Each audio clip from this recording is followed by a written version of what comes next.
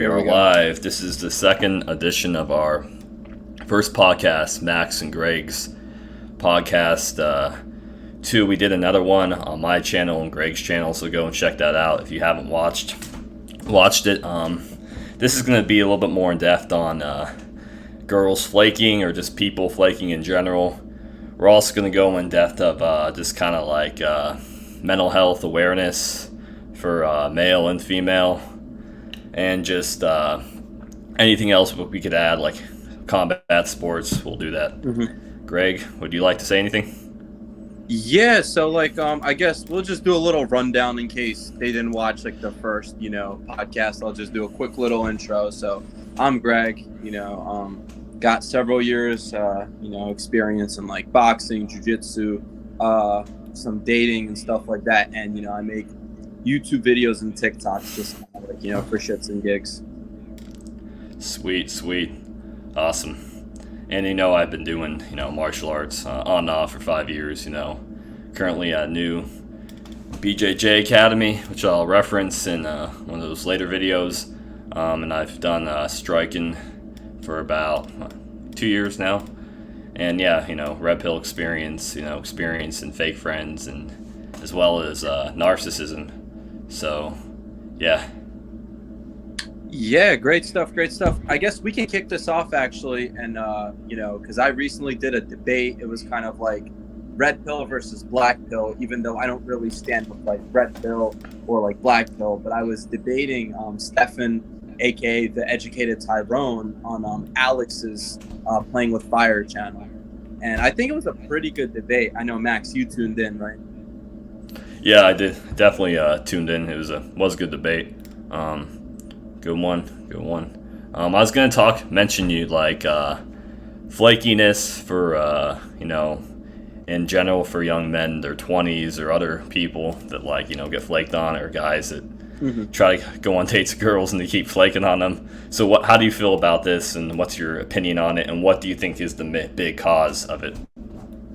Yeah, so flakiness has been becoming like more and more common. I feel like dating back in like 2014 compared to like now, it's just the flake rate is just so terrible. I mean, I watched one of Alex's playing with fire video, and he had it was called the Great Miami Flake Epidemic, and he basically described that he set up, I think, 3 or 4 dates for the same day. All the girls somehow flaked. That was crazy.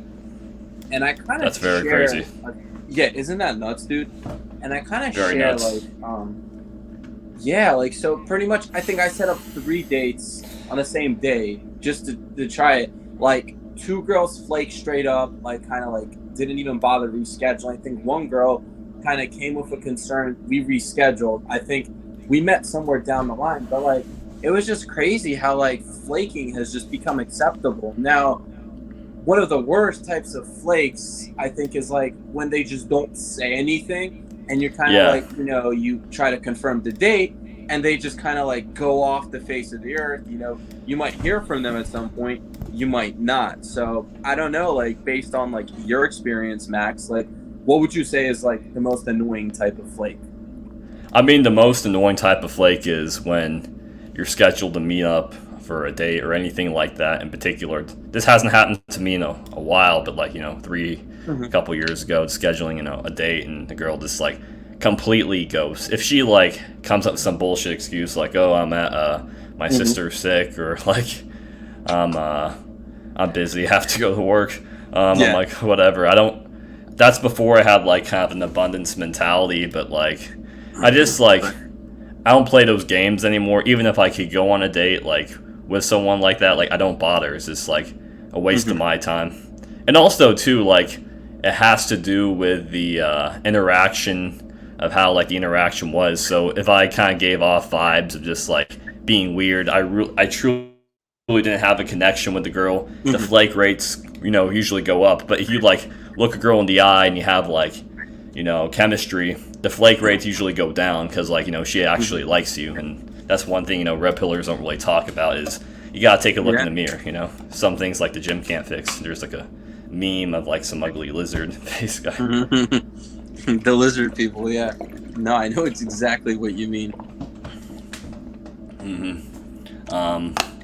But yeah, it's just frustrating. But Mm-hmm. and it's a blessing because why would you want to spend your time with someone that flakes, even if you could, see that person? Like, why bother? Like, at this point, I don't give a shit. And it's also a sense of entitlement. I think people have now. Just guys and girls do it. Just I don't know why. Like, it's kind of funny. Like, number one, you're not the shit. You're not like some model-looking celebrity.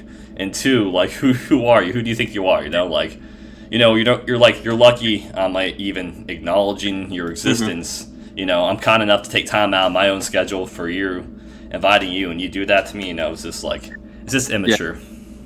No, I agree, man. It's crazy because, like, yeah, kind of how you were saying, like, people don't value other people's time. It's kind of, it's definitely crazy. I do agree with what you said, like, to reduce the flake rate. I think, like, if you do better screening and you get the girl really invested, it definitely does reduce, like, the flake rate in itself. But I think, like, there's obviously no, I guess you could say, cure all for just flakes. They will happen. Even like Alex from Playing with Fire, he gets flaked on. Not that he cares because, he has his own business, company, yada, yada. He's in an open relationship, with his girlfriend, Natty. So he kind of just like, I think what I heard him say is he doesn't really even go on dates. He mainly just tries to find girls to come straight over. And potentially he's looking for a threesome with Natty, but that's for, a different discussion. Yeah. But if we're going to veer back on the topic, I will say, yeah, it's like, so I'm going to reference actually like, an experience that I had recently. So this girl and I were talking for maybe like, I want to say 6 months, give or take. Like, we've definitely known each other for a while. We were communicating on Snapchat, which is like kind of something that Alex advocates like against because he thinks Snapchat's a waste of time, which kind of, I could see where he's coming from. Like the numbers more personal, but this girl, like, she wasn't initially flaky. Like, she was just, busy. I was busy. So working out our schedules, we eventually hung out. So we hung out once, and this was like back in January of this year. And after that, which is where the flakiness kind of came in, just started like, oh, kind of like flaking, whatever. But then she was the one that would just contact me like, oh, I miss you. How have you been? Like, blah, blah, blah. Like, yeah. Oh, we should hang out. So she's the one pushing for plans. I was just kind of like, like, I'm okay with the idea of hanging out, but I wasn't like pushing it as much. So I think we're supposed to make plans, and then she just kind of just falls off. And I kind of just, was like, hey, like, like, what's up? Like, everything okay? She's like, yeah, I'm busy, like, blah, blah, blah, all this, that, and the third. And I was like, okay. So, like, fast forward, I kind of just, it was a repeated flaky behavior. So I called it out. Like, hey, like, if you're not interested, in meeting up, that's fine. Just, voice your, opinion. Yeah. And she goes, like, on a huge rant. She just sends me, like, a huge paragraph. It's like when you kind of, like, I guess you hit a nerve, they just go off. Oh, my God. She was like, oh, like, it's just, it kind of, I can't help it but to laugh. Some of the stuff she was saying was just really crazy. It was like, oh, like, my life doesn't revolve around getting dick from a stranger or something. I'm like, dude. That's weird. I was like, yeah. We've known each other for a few months. What do you mean stranger? And she's like, oh, something, blah, blah, blah. I'm busy. Like, she just kept going. And I was like, all right, like, whatever. You're making yourself look bad. Not, you know what I mean? And that's weird. Like, she put so much effort into explaining herself. Yeah. And I've had that like too. A whole novel. Yeah. Yeah, don't bother with like those people that are just like that. I learned just to really, respect my own time and place for things. I was going to mention mental health and the importance of like, having, solid mental health, not just like, in dating, just in general, as an individual. It's really important that you keep your mental, psyche, your wellness, like the number one priority. You could be the richest person in the world or a person that doesn't make that much money. And if you're rich and have shitty mental health, like it's kind of useless having like your material possessions, I would say. Yeah, it's actually really true. And I mean, I think a real good example of that would be like Kanye West. You've been keeping up with all the Kanye stories, but like his mental health, like going towards rock bottom. after what happened with him and Kim, and just kind of like he's really rich. I mean, he's definitely a billionaire, but like his mental health, he needs to like focus on his mental health. But he's kind of just like all over the place. And again, like to reference Alex, pretty much there's demonstrating like I guess a behavior like a higher value, and then there's like demonstrating a lower value. But the fact that he keeps obsessing over Kim and not moving on, that's also mental health. And he has some issues clearly. like he's determining a lower value. So I do agree with what you're saying, kind of like mental health is important. And the more we go on, I think the more we come to understand that mental health is one of the important like stabilizers. You know, if you want to succeed in life, be it women, wealth, just anything, you kind of need to have a clear head. And I think it's important to practice like self-care, you know, engage in like meditation, yoga, martial arts, just build connections, friendships, and just stuff like that. Wouldn't you agree? Oh, 100%. You know, having, you know, outlet, you know, like, you know, meditation, you know, proves to like, you know, be in the moment and helps clear your mind, you know, from any like, you know, intrusive like thoughts and negative thoughts. Yoga is really good, you know, studies shown, you know, yoga relieves, you know, trauma and can help like, and, you know, I could be wrong about this, but I'm pretty sure I'm not, that like, you know, people like that do yoga, like, you know, there was one woman that was a Holocaust survivor who picked up yoga, you know, after like the World War II ended, and she said like that completely kind of transformed her life. I'll try to link that article somewhere if I can. My old yoga instructor told me about that story, but this stands to show how powerful yoga could be, you know, for anyone. You know, the Holocaust was super traumatic for people, like any people, like, you know, of Jewish, you know, blood. And so showing that is something that's like very powerful. And and jiu-jitsu is really good, you know. You'll feel confident, like, you know, learning how to, you know, defend yourself, as well as having, you know, brotherhood, community of people there. Yeah, I agree. No, I second that. I think yoga and jiu-jitsu also kind of go hand in hand, because like you need the flexibility, you need like the kind of the recovery. So like that, just it's really great. I do agree. MMA in general, but yeah, like grappling, even like I'll say like wrestling, judo, or just like even sambo, just anything that just kind of like, you know, especially like efficient, you know, martial arts. I think it's really great. And just I think like everybody should at least try it, or at least like think about it, because like I forget who it was. Was it the Gracies that said like jiu-jitsu like can benefit anyone? Anyone. No, it was like something like not anyone. I forget. I'm gonna butcher the quote, but it's basically saying like you should give it a try, and if like anybody that gives it a try could gain like some type of like beneficial knowledge, or you know, from jiu-jitsu. Oh, absolutely. It could be, you know, a grandma that's 70 years old to a bullied, you know, 9-year-old kid, you know, and they don't have to be the most athletic, since jiu-jitsu revolves like leverage and technique, and it's meant for a smaller person to be the bigger person. So jiu-jitsu is definitely 100% everyone of all different walks of life. Yeah, speaking of the 70-year-old grandma, have you seen that on Instagram? There's like a 70-something-year-old grandma that trains jiu-jitsu. I'm familiar with her. I follow her. Oh, you know who I'm talking about? She's a beast.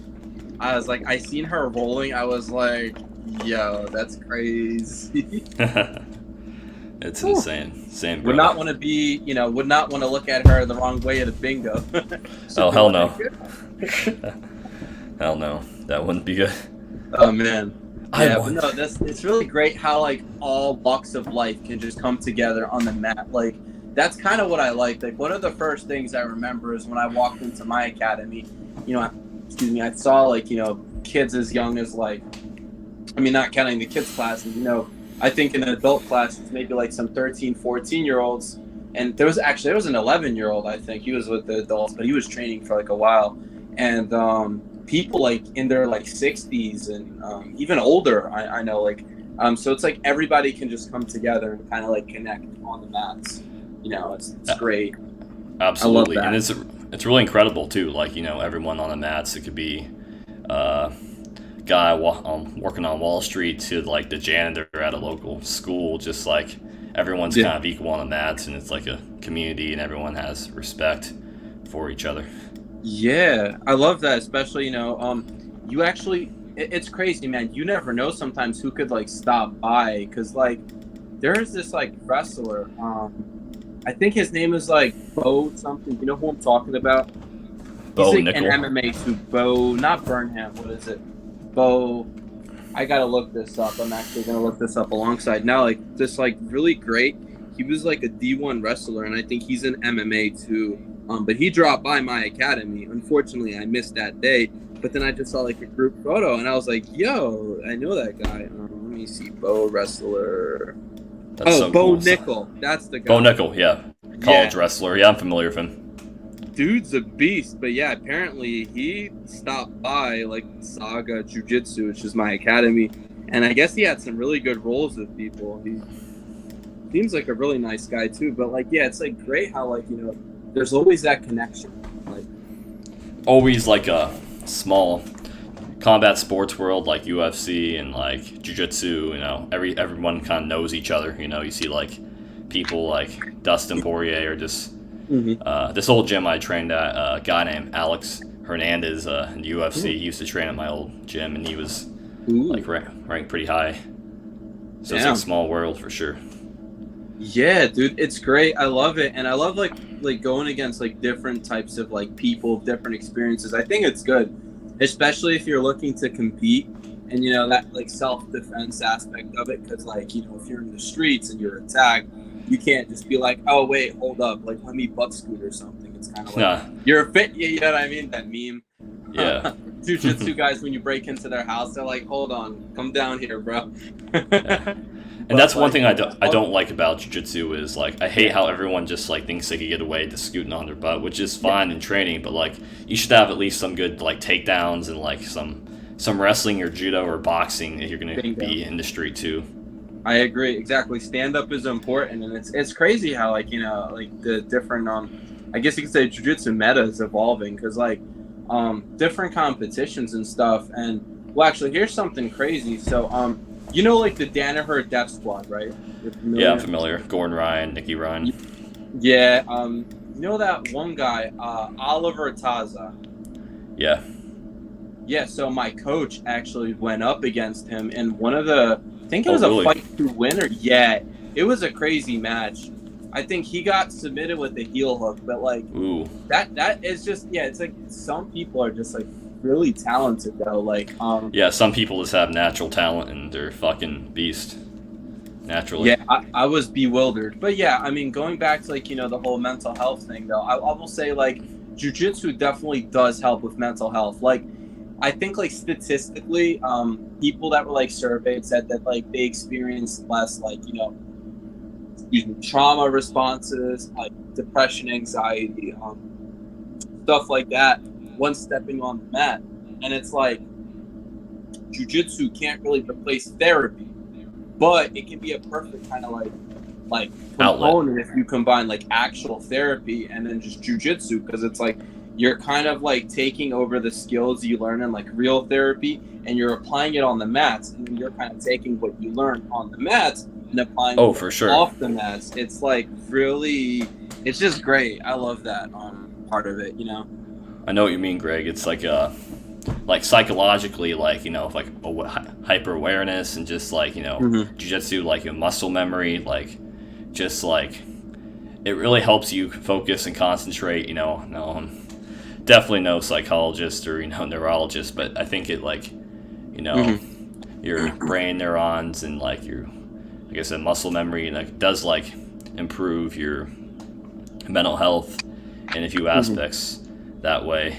And it's just like, and like recovering from trauma too. I know that like a lot of like U.S. soldiers like or people in the military that like are like wounded, or some people that were born with no legs. I don't know if you've seen the wrestler Zion, who was like born with no legs. He ended up being like a really high level wrestler in high school and college, and now like he I think he does jiu-jitsu now and he boxes. But it just stands to show like combat sports is for everyone, and no matter what your physical limitations are or mental limitations, you could still like train and be a fucking beast and badass, which I think is a cool thing.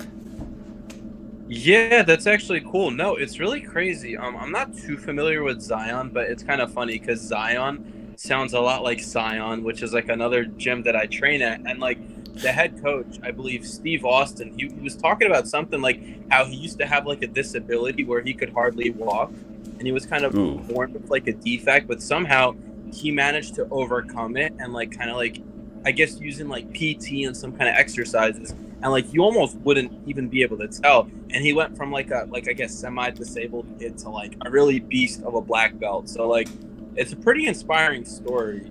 It's very, very inspiring. Yeah, it's kind of crazy how people can just.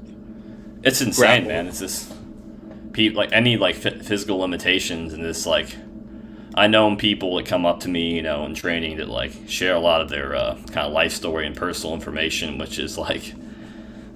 People think that I get a lot of people coming up to me and telling me their life issues like I'm some kind of like therapist or something, which I'm not. But like people tell me, jiu-jitsu and just like, the gyms really helped like their bipolar disorder. People told me that like, my therapist told me, this will be good for me. So like people tell me really personal information, and it's great to see that like they're getting like, have an outlet and they're actually getting help, from this like jiu-jitsu and the gyms are really helping them in that way.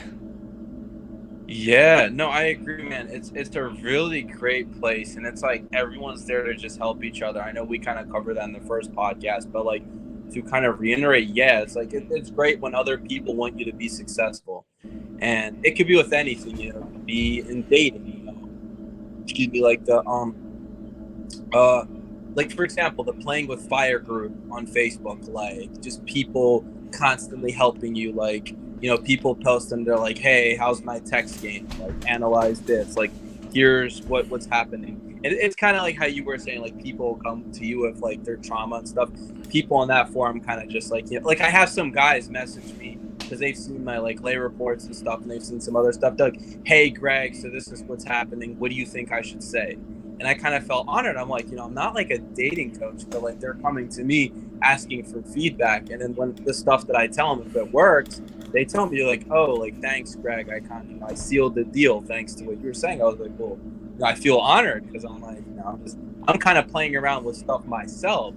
So it's like, I'm trying to help them, but it's like, this is what I would say. You know what I mean? Like maybe lovely John Anthony might say something else, right? It's just different people. So yeah, and it's like it's interesting too, like it's like you put in so much work in yourself, like you dating or trying to like better your life in different ways, and like you put in the work yourself, then you have people come to you for advice. Like I know Chewy from Jiu-Jitsu said like you kind of experience imposter syndrome when you get like a new belt promotion. Like you don't feel like you don't feel like you deserve it, but really from the outside people see like your strengths, because like often as humans we don't really see like the positive. It's the only thing like we just like beat ourselves up a lot of times. But from other people's perspectives, like they see you like you and me, Greg, is like, okay, they're putting in the work. They seem like they have knowledge in this, so I'm gonna go up to them and ask them for about like I need help and stuff. Yeah, that's pretty big. I think Chewy's right with imposter syndrome. I mean, I was just talking to one of my friends because I basically I go to the gym Scion, and one of my good friends, Evan, he's a purple belt, and I was actually just talking to him about it. I was like, we were talking about imposter syndrome and all that, and he was like, he basically said like the biggest change from like going white to blue and then going to purple, he's pretty much like once you get to purple, it's kind of like you could start hitting some things on like black belts. I mean, granted, it's not going to be easy, but it's like that kind of change of game. So he pretty much said the same thing. Like, because I asked him, I was like, yo, how long have you been training for? And he's like, hold up, he's like, I got to think. So he had to go on his Instagram and look at his like old posts, because he went from like one gym to another, and then oh wow, so long. I know. I think he said roughly like 8 or 9 years, like maybe 8.5. Oh, I don't know. Like definitely, yeah. But it's definitely like it's relatable, because I do know which video you were talking about. I think Chewy said he got his purple or something, and then he got smashed by a wrestler or something, and that kind of discouraged him, because like some guy just came in and just like work Yeah. them or something. So, and I like Mhm. Chewy's videos. Like his content is definitely really helpful. Oh, Big fan, definitely. for sure. Yeah, and that's the thing too. Is like we'll always be presented with like new challenges in life and training too. Like you feel like you got your shit down in jiu-jitsu, then like big like college wrestlers come in and like smash you. But then like that's actually beneficial for you because you got to figure out what's wrong with your game, and you get tougher by like training with like people tougher than you. Yeah, I agree. No, it was crazy because we had this one guy come in.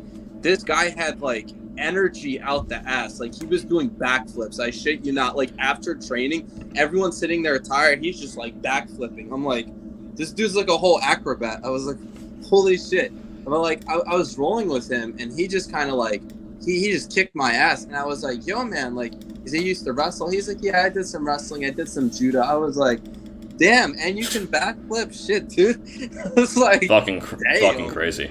Yeah, he had like great cardio. I think he was either coaching wrestling or he was doing something. But I forget his name. I totally forgot his name. But yeah, his game was remarkable, and I kind of noticed he was doing a lot of the wrestling. Like his top game is really good and stuff like that. I think I like retained my guard for like a bit, like I had him, but like once he got to the top, it's like I couldn't really do much because his top game was insane. But yeah, it's like that type of experience is like, it's really like mind blowing too. Like that people like that are like, ooh. Yeah, it's insane. It's like fucking crazy, and it's like yeah, wrestlers are really good like at passing the guard. So you try to like give them your guard, and they do this weird fucking bear hug, like where they grab your like lower back and they put all their weight there, and it's like, you motherfucker, like. Yeah, it's crazy, but it's fucking nuts, man. The whole wrestling thing. Oh, my friend. So like, he said he was like, I think this was at Blue Belt. He was at a tournament and he ended up going against you know who Jay Rod is? Like, there's Nicky Rod and then his brother, Jay Rodriguez. Yeah, sounds familiar. Yeah. If you know Nicky Rod with like, you know, Danaher, Death Squads and all them, that's his like younger brother. But apparently he had to verse him at Blue Belt, and he like got smashed. And then he was just like, yo, like I don't know. He was like the J Rod guy was talking about how he couldn't make it to D1 or something, so he didn't want to be D3, so he kind of just like stepped away and joined jiu-jitsu because he's like, I'm gonna pursue that. If I can't go, that's still like, pretty high level. Yeah. Man, it's crazy. There's levels to everything. So like dating, for example, you know, there's like different types of like game, kind of like jiu-jitsu. It's like similar. So like depending like what approach you take, you know. Oh yeah, for sure. Different experience, different levels. You know, just yeah. It's just kind of mind blowing to me. This generation is just like so scared to talk to the opposite sex, and this like. It's so normal, like in our nature, for men and women to have like, you know, friendships, relationships. So like, I don't know, just the past like 20 years, people just started acting really strange, you know, about the opposite sex. So guys are like freezing up. It shouldn't be this way, and it's like, it's good. It's slowly starting to change, you know, like guys are starting to come out like their shell, getting confident, working on themselves, and yeah. H2O.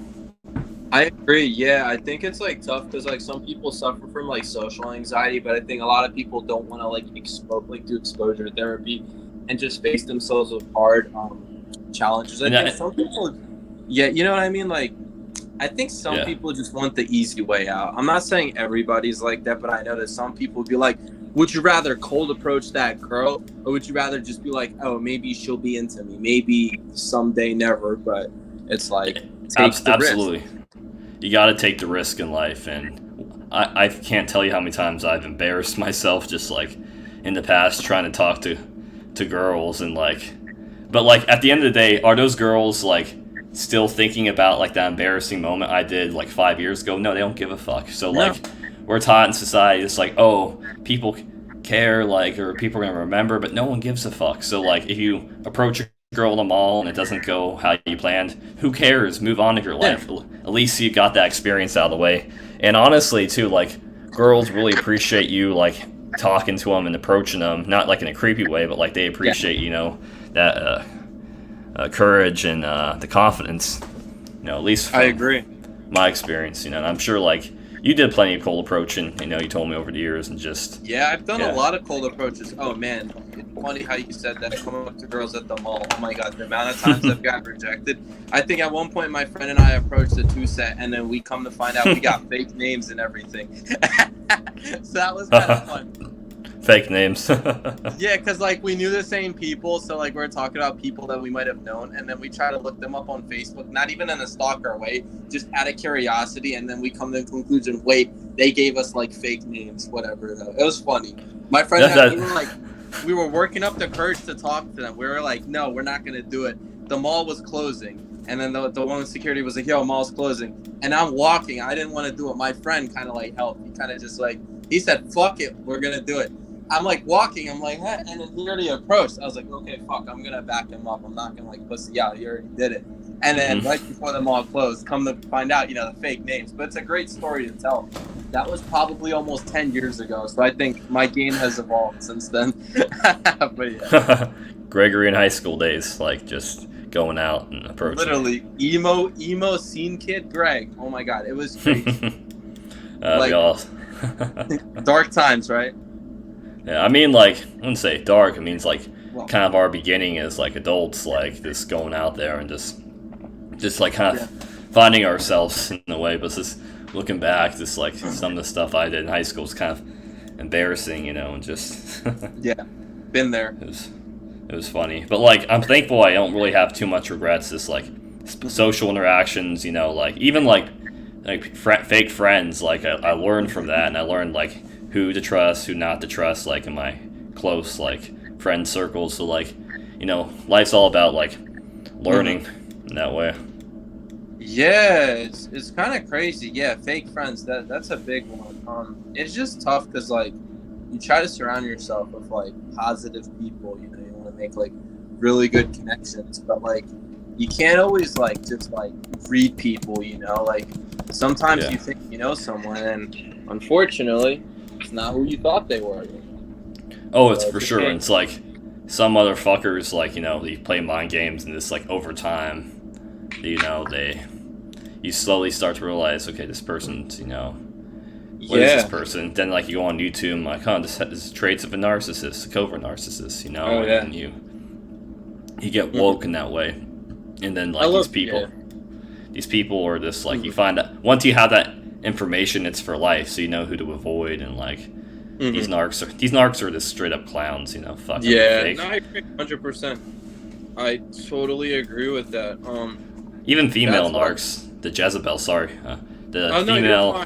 You said Jezebel narcs. Is that like a term? Because I'm familiar with like what you were saying, but I didn't know that was like slang. I thought a narc was like an undercover cop or something, or somebody like people like, are you a narc? Like, are you a cop or something? I thought that was, like, the terminology. Yeah, so biblically, like, in the Bible it talks about the Jezebel spirit, that's the religious, like, standpoint, like, biblically. Then, like, modern day, like, psychologists, we like social personality disorder, the narcissist. So, like, in the Bible, they, same traits and symptoms isn't how a narcissist would be. And this information is important, like, I wouldn't just want to be... Even if I, like, there was some kind of, like, model-looking girl, and she's, like, from Miami, really good-looking girl, like, and she's a narcissist, that's just, like, that'll just turn me off so much, because, like, I don't give a fuck how hard you are. If you're gonna, like, be that way, I don't want anything to do with you. Oh, 100%, dude. Yeah, that's, like, it was actually interesting. So I was watching, the debate. It wasn't really a debate. It was more like a collab. But it was like, so this is, you're going to probably get a kick out of this. So Alex managed to get a mistress with her slave. And they both came on, like the slave is on a leash with the mask and shit. And they were debating back and forth. But it wasn't that like just made my mind go like, what the fuck? It was the fact that the slave was trying to say that his game was better than Alex's. And that like, it was just crazy. There was so many like projections and strawman arguments that were going on, and it made me think, I'm like, are some people really just like that deluded? Like they're just stuck in their like, because he was like, he tried saying Alex was bullying him, quote unquote bullying him, because he told him that he's like a little bitch, but he literally is on a leash in front of like his mistress, and That's just weird, man. It was just one big giant. What the fuck? I know. Like, man, that's fuck. I think I did see that thumbnail on his YouTube channel. Check it out man, if you get a chance, dude. You'll get a kick out of it. Some shit. That's funny. That's some funny shit, man. It's like, man, some people like are really into like weird shit. Yo, it's so funny because like he's just like, I'm alpha, you know, my game. He's like, I love her, and then Alex like looks at the mistress. He's like, mistress or whatever. He's like, do you love your slave? She's like, no. He's like, you see? Like, I was just cracking up. It's kind of hard to take something like that serious. No, man, you can't take that seriously. That's fucking funny. Yeah. So, spirituality. I'm just gonna bring this up. We talked a little bit about that in the other podcast, but what's your opinion on like spirituality, like from your standpoint, like afterlife and God and stuff? Very controversial topic. I like that. So this is the crazy part because there's so many different things that people like. Just there's so much information out there. You know, some people tell you there's a heaven, there's a hell, there's a purgatory. So it really just depends on what you believe. I do believe there is an afterlife, but here's the thing. I think like we don't really know what's out there because I'm kind of like, it's tough because like I believe in science, but I'm also not like a Scientologist like Tom Cruise or whatever. I'm kind of just like, I think there's like a higher power, right? And I do believe like we evolved from like, you know, like prehistoric or whatever, but I think something might be out there. It's just like we don't really know what it is, and it's like no one can truly tell you that except maybe like, have you heard of those people that were just like saying they died for a brief moment and they were brought back to life and they see like either demons or hell or they were somewhere like that stuff is kind of interesting. Like, what's your take on that? Really good question. And I was kind of like, you know, you for a long time. I always questioned like there definitely is a higher power, but I don't know like it was just like biblically just heaven or hell the way, you know, religion sets it out to be. You know, but as like, you know, getting older and just like seeing, you know, stories of this one in particular, they made a movie about this called Heaven is for Real about I think like 6-7-year-old kid who, you know, all of a sudden had really bad health problems. Like, I can't remember exactly what it was, but like he basically, his heart stopped, you know, his like brain is like stopped, so everything in his body just stopped. And he technically died for like 30 minutes, and then like he was declared dead, and then like some miracle he woke up, and then like he said he saw Jesus and he saw heaven, and he saw like relatives of like his family, like his father's great-grandfather and his father's, you know, aunts and uncles and stuff like that. And then he's explained this to his parents, and they're like, how do you know that? He's like, well, I went to heaven and I saw him there. So like they were so shocked, and I was shocked just hearing that story. And it's just like, that's like pretty believable because like he technically died. So people make the argument, oh, your brain releases a lot of DMT when you die. I mean, that could be, but like if your heart stops, you have no oxygen in your brain. Like that's like proving there's something out there. 100%, because he'd have to be coming from somewhere. It's not like it's a young kid. It's not like he learned about this like in school or something, and then all of a sudden he comes out and says, oh, you know, blah, blah, blah. It's kind of just like that must have came to him somehow. So that is very interesting. It's a miracle. And like honestly too, like I'm just looking at how like people live their lives. So like people that are like really Catholic or really Christian, I look at these people, I'm like, these people don't really have depression, they don't have anxiety, they don't have like, you know, stressors, and they're like, you know, the media and society says they're like extreme, but like, there's something to take there. And also to put out, a lot of these people in our generation, they're fucking depressed, and they're like, oh, I don't believe in God. They'll literally put in their dating profile that they're an atheist, and like, I don't know, there's just something off, you know, about this whole thing. Yeah, people be crazy. Oh my god, some of these people are so aggressive on their dating profiles. They're like, no cops, ACAB, no military, no this. I'm like, what? Like, what are you talking about? Like, you're against the people that are serving this country? What? Don't. That's crazy, dude. Some people are just crazy. Yeah. And it's also it's really stupid, like, people's standards nowadays. Like, yeah, it's okay to have standards as a person. I have standards. I'm so sure you have standards for people. But like, if you're not the shit, if you're like not shit yourself, like, you don't expect to get with like a high quality person. Exactly. Like, you hear the saying, like, don't bite the hand that feeds you. Kind of just like stay humble, like Kendrick talks about in his song. But like, yeah, I think spirituality is really important. People need to like be open and not just be kind of like close-minded. I feel like that's like the main issue with like some people in society. Absolutely, and I think it's being open-minded and taking in ideas is like important to do. Is just go look at like that. If you have time, maybe tonight after this podcast, or like in general, look up "Heaven Is for Real" and look at that kid's story. They made a movie about it, and it's just like they're like it's actually happened. I have to check this out because I was actually fascinated. I watched some of those videos, like people going to hell, people going to heaven. It's just so interesting because they're like telling you all these things. And like, I seen the devil, I seen this, I seen God, and you're just like, wow. You don't even know what to say. You're like, jeez. And of course, be skeptical too. Like, I believe this story, but like, like I don't always take things like for like 100% facts. I just look at every information and see if I could come into my own conclusion. Yeah, since we're talking about like spirituality and all those like skepticism, I think it would be pretty appropriate to bring up like conspiracy theories.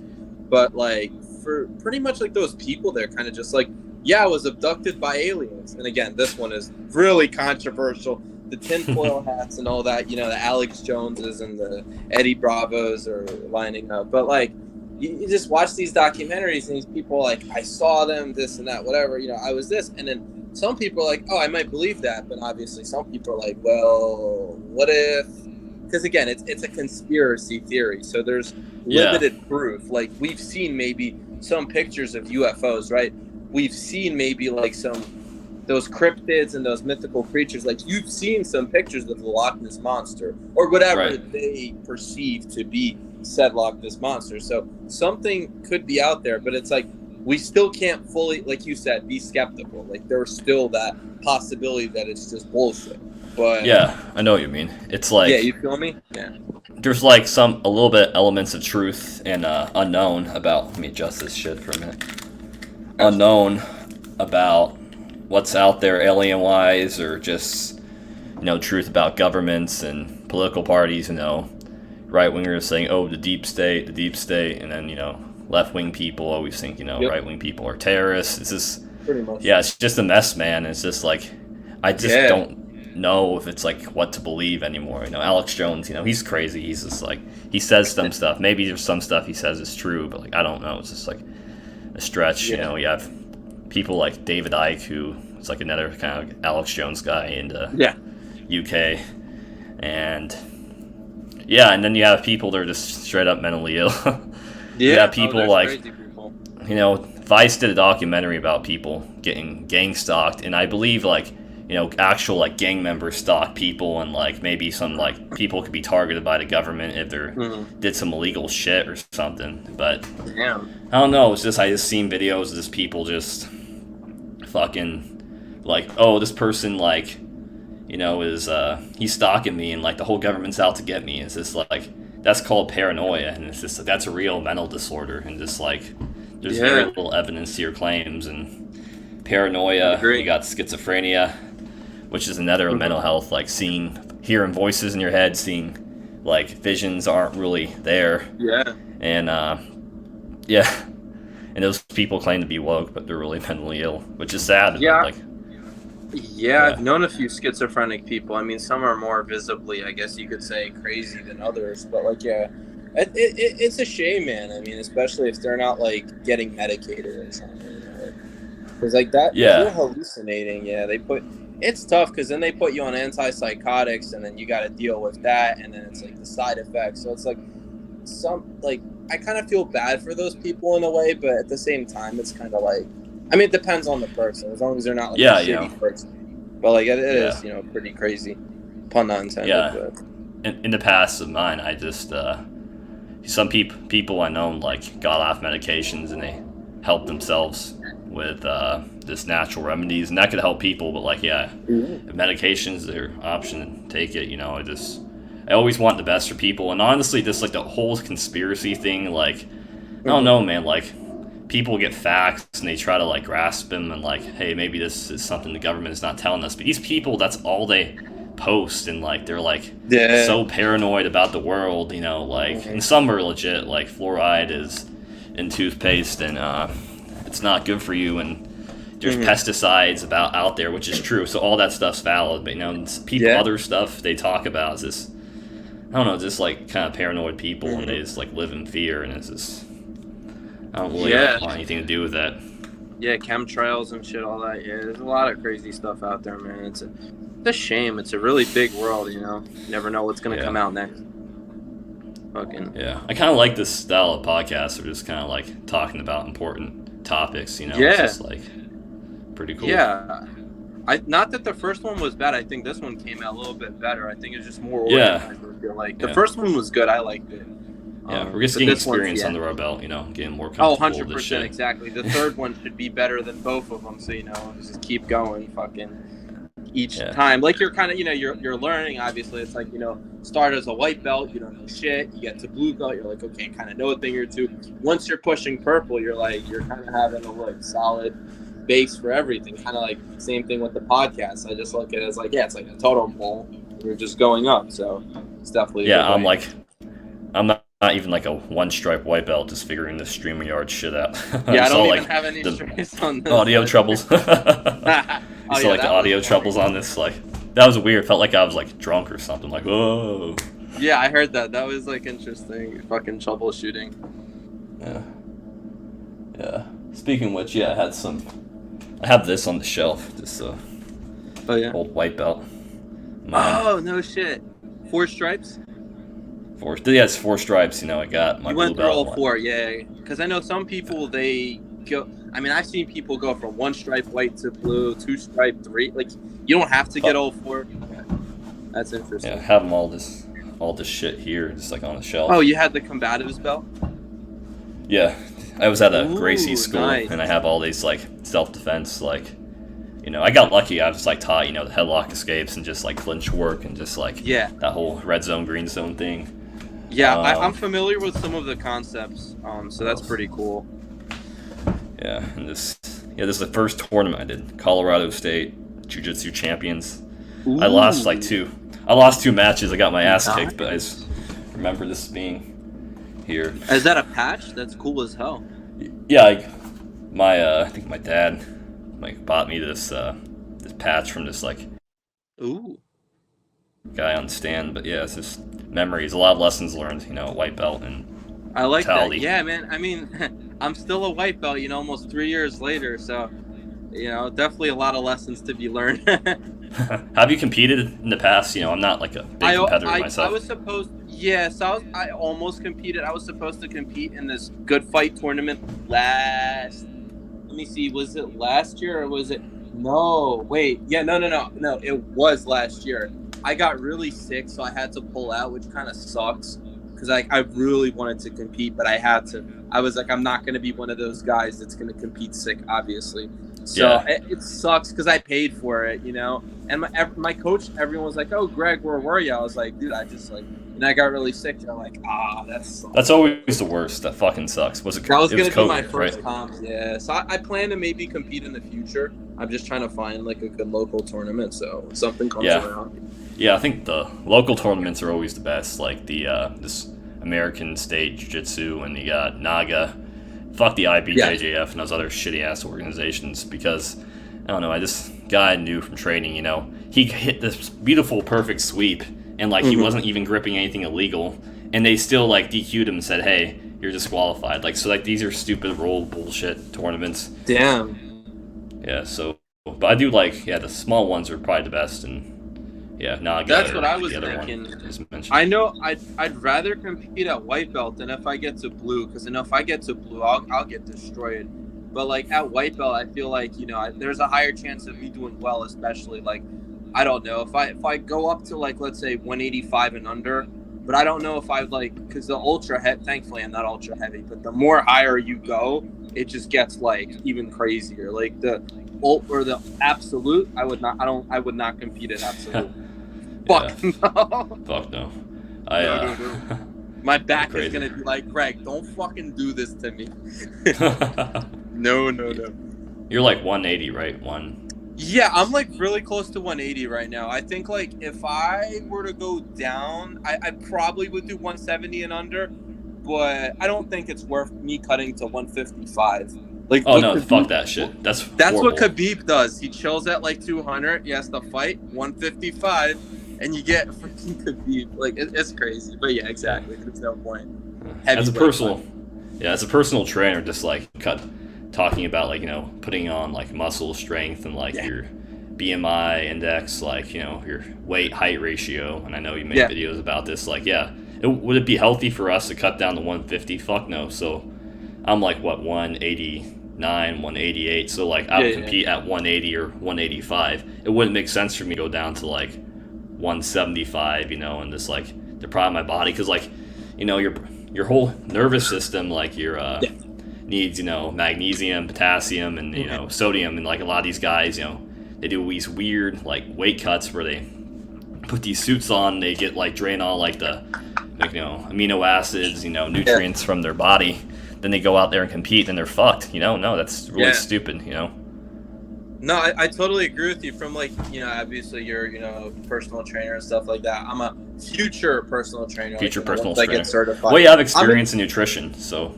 Yeah, I love nutrition. I think I took a few nutrition courses in college.